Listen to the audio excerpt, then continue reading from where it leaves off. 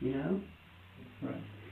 Well, part of what we do in these investigations is try to look at a number of issues or a number of things that may come up, and one of the things that we have in this case that we have to reconcile to get to the end of the investigation is the difference between what you said the night of the fire. I don't remember what I said. I wasn't in my mind. You know, that's the problem. You know, I wasn't in my mind. I don't, you know, that's the problem. Right. Well, that night, because I've listened to those recordings, that's a recorded interview. Okay.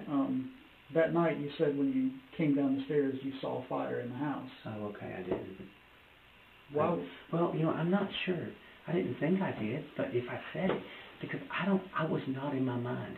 I don't even remember. The only thing I remember is opening the door, stepping out, and the whoosh, and then George coming and giving me the shovel and me busting out the back glass. I don't remember anything after that. Right. I don't remember anything. But to my knowledge, I'd never saw a flame or anything. But to my knowledge. But again, this is something we have to reconcile. Yeah, I get it. Right, so we have to do. figure those things out. I do. I mean, but no. I mean, it's, and this is, like I told her, I talk to y'all anytime. That's why I don't have an attorney. Sure. I don't need an attorney. I haven't done anything wrong. Okay. Well, and we're absolutely not accusing you of that. Yeah. But we do have to reconcile those things in order to close things out. Yeah, and I can't tell you. I can't tell you if I did. If I said I did, I would swear to God right now I didn't. Okay? But I don't know if I said that. Right. I don't know. Because I don't know why I would say it. I don't know. But I was not in my mind. Okay, I was out of my mind. Why do you think you were that far out of your mind? The trauma of the incident? The trauma. Because I couldn't get back in. No. Okay. I didn't take drugs. No, I'm not accusing you of that. I'm just asking if that would factor in. No. What it would be is I was so just incredibly destroyed because I couldn't save my family. Okay. And my 9-year-old daughter knew I would save her. Right. She knew I would. She just knew it.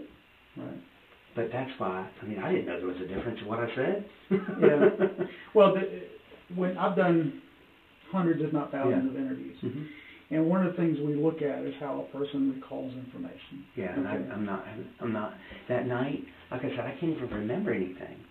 Well, here's the problem that I have as an outsider looking at the case. Okay, and I'm just going to be frank with you. I'm very open and honest with you. When I look at how your story from then and the night of the ambulance and tonight go together, many parts of it begin to fit together, and then there's a space in the middle where it doesn't fit, and then it picks up on the other side of the cogs and they begin to fit again. But there's a little piece in the middle that doesn't work. The reason that is because I was not in my mind. But from studying people's memory and recall, what we learn is, or what we know is, if they tend to get all the facts around a particular situation wrong, it's one thing. But in your case, you remembered the sound. You remember coming down the stairs. You remember the popping sound. You remember going outside. You remember your neighbor bringing the shovel. You remember busting out down. You remember everything except in your first account there's fire and smoke in the house. Okay. And the second time there's not.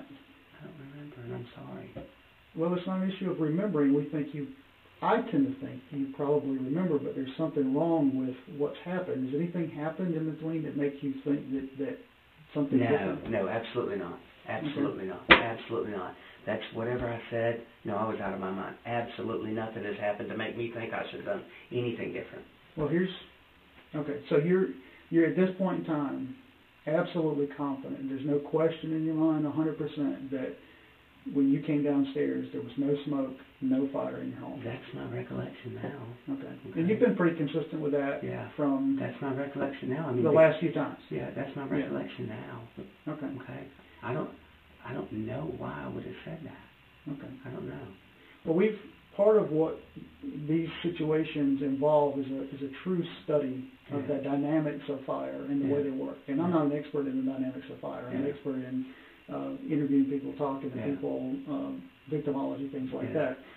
Investigator Thurman, he's an expert in fire-related situations and how they come to be.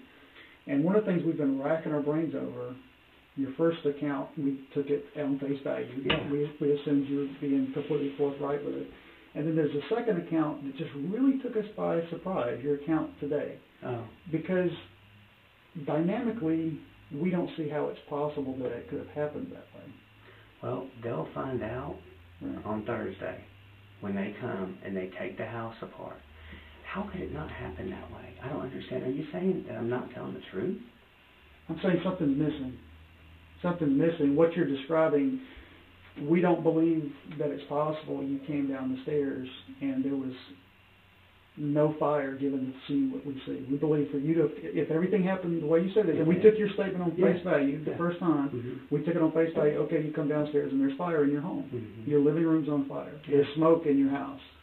I don't remember saying that. I'm sorry. Tends to make some sense.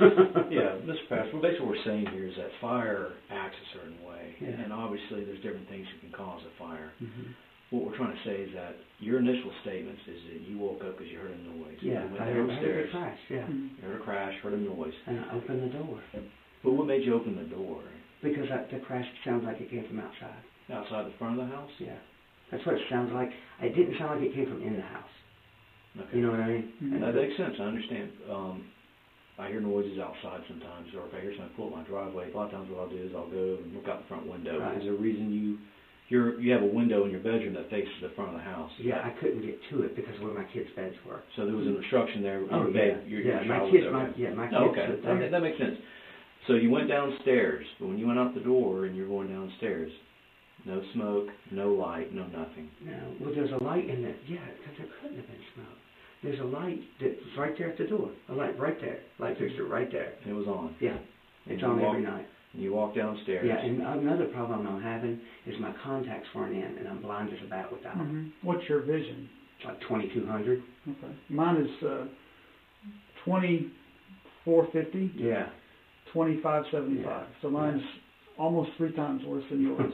If I got upstairs and walked through my house with no contacts on, I would know if there was a fire in my home. Yeah. I also think I would never do if I didn't have my contact in, would be open the door and walk outside. No, I would. In a heartbeat. Really? Yeah. With to see what was going on. I don't really like what y'all are implying. Okay, I don't like it.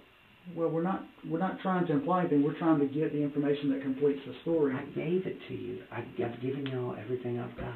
You've given us 2 different accounts. I can't help that. I didn't do anything wrong. Mr. Patterson. Yeah.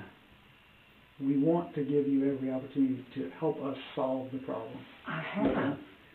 You've given us 2 different versions. Okay, well that one was that night when I was out of my mind because my family had just been burned to death in a fire. Okay. I understand that, Mr. Pastor. Listen, I understand that. But what we're trying to tell you is looking at the fire scene, looking at everything there, the fire either was roaring already when you came down those stairs. Yes, it wasn't. There's no indication from the scene that an explosion happened. So when you're saying you opened up that door, even if there was a leak, even if there was a gas leak. Ask my neighbor George. He said he got home 3 minutes before that. He said there was no smoke and no flames. There was nothing. And then all of a sudden, I asked him what he heard.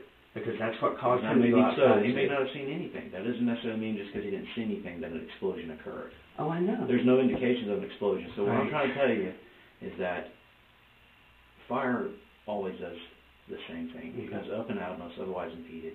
For there the fire to be as extensive as there was, there would have to be some kind of smoke or something going on when you came down the steps. Okay, well, I told you what I know, okay? If y'all want to keep talking to me, okay, because y'all are implying things I don't like, I'm going to want to speak to an attorney, okay? You're free to do that. Yeah, but I also want to leave.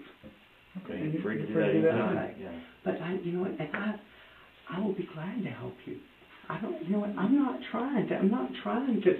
Mr. Patterson, we understand how traumatic this situation was, and like we said, you're free to go anytime. We'll walk you out whenever you're ready. Just let us know. But this case, the only way it gets complete, and we affirmatively figure out exactly what happened, is to make science match. You know, I understand that. I understand, but and I'm sorry. I was so out of my mind. Okay, that night. Well, like I say, I've interviewed hundreds, if not thousands, of people at this point. I've listened to that interview over and over and over again. And your recall of information, your ability to calmly explain things is there. So therefore, I don't discount when you say you came downstairs and you saw fire and smoke in your house. Okay, I don't know. I don't think I did. But I do want to go. Yeah, you're free to go. Okay. But I've done nothing wrong. Well, we don't know how to answer the questions without answers from you, Mr. Patterson. We have to have that. So.